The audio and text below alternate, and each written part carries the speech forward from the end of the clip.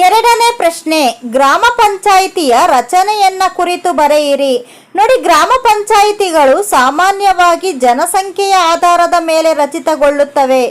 ಒಟ್ಟು 5,000ದಿಂದ 7,000 ಜನಸಂಖ್ಯೆಗಳಿರುವ ಗ್ರಾಮ ಅಥವಾ ಗ್ರಾಮಗಳ ಸಮೂಹಕ್ಕೆ ಗ್ರಾಮ ಪಂಚಾಯಿತಿಯನ್ನು ರಚಿಸಲಾಗುತ್ತದೆ. ನೋಡಿ, ಮಲೆನಾಡು ಜಿಲ್ಲೆಗಳಲ್ಲಿ 2,500ಕ್ಕಿಂತ ಹೆಚ್ಚು ಜನಸಂಖ್ಯೆಗಳಿರುವ ಗ್ರಾಮ ಅಥವಾ ಗ್ರಾಮಗಳ ಸಮೂಹಕ್ಕೆ ಗ್ರಾಮ ಪಂಚಾಯಿತಿಯನ್ನು ರಚಿಸಲಾಗುತ್ತದೆ.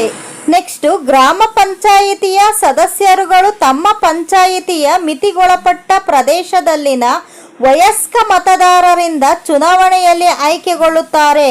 ಪ್ರತಿ 400 ಜನಸಂಖ್ಯೆಗೆ ಒಬ್ಬ ಪ್ರತಿನಿಧಿಯನ್ನು ಆಯ್ಕೆ ಮಾಡಲಾಗುತ್ತದೆ.